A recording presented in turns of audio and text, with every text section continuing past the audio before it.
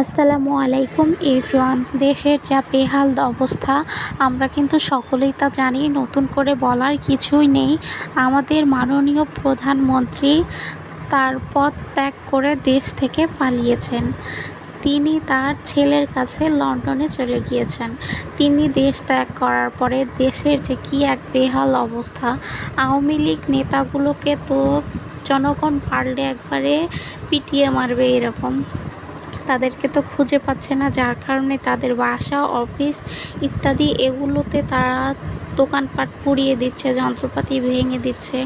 তো বিভিন্ন রকমভাবে বিশৃঙ্খলা সৃষ্টি করতেছে এবং তাদের যে অর্থ সম্পদ যে যেভাবে পারছে একবারে হরিলুট করে নিয়ে চলে যাচ্ছে।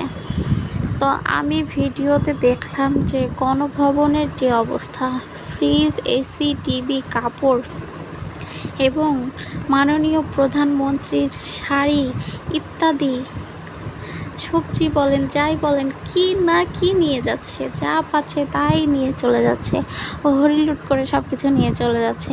আমার কথা, দেশ কিন্তু আমরা এই হরিলুট করার জন্য বা বিশৃঙ্খলা সৃষ্টি করার জন্য আবার দ্বিতীয়বারের মতো স্বাধীন করি নাই। আমরা স্বাধীন করলাম দেশে শান্তি রক্ষার জন্য, শান্তি শৃঙ্খলা বজায় রাখার জন্য, দেশটাকে আরও উন্নত করার জন্য। কিন্তু এখানে আমাদের জনগণরাই কিন্তু খুশিতে করতেছে না তাদের ক্ষোভ থেকে এটা করতেছে, আমি নিজেও বুঝতেছি না। আরও বিশৃঙ্খলা সৃষ্টি করতেছে, মারামারি করতেছে, এগুলো একেবারেই ঠিক না। তো গণভবনের যে জিনিসপত্রগুলো জনগণ সব কিছু নিয়ে চলে গেল বা ভেঙে চুরে দিল। গণভবনে কিন্তু আমাদের যে দ্বিতীয় সরকারটা আসবে তাকে কিন্তু সেখানে থাকতে দেওয়া হবে, কিন্তু জনগণের টাকা দিয়েই কিন্তু আবার সেই গণভবনের জায়গাগুলো রিপেয়ার করা হবে।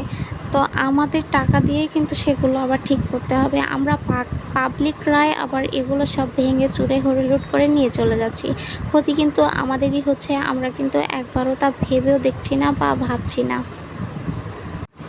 আমি এইসব বিষয়ে কোনো কথাই বলতাম না বা এইসব বিষয় নিয়ে কথা বলার আমার কোনো চিন্তা ভাবনাও ছিল না।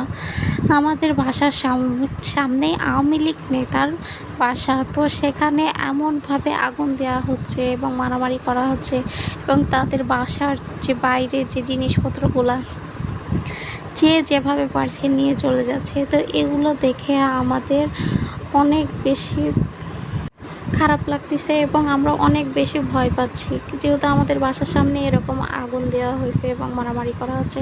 তো আমরা অনেক বেশি আতঙ্কের মধ্যে আছি। তো জনগণের কাছে আমার একটাই রিকোয়েস্ট, আমরা তো স্বাধীন বাংলা বা দেশটাকে আবার দ্বিতীয়বারের মতো স্বাধীন করলামই, প্লিজ আপনারা এরকম বিশৃঙ্খলা সৃষ্টি করবেন না।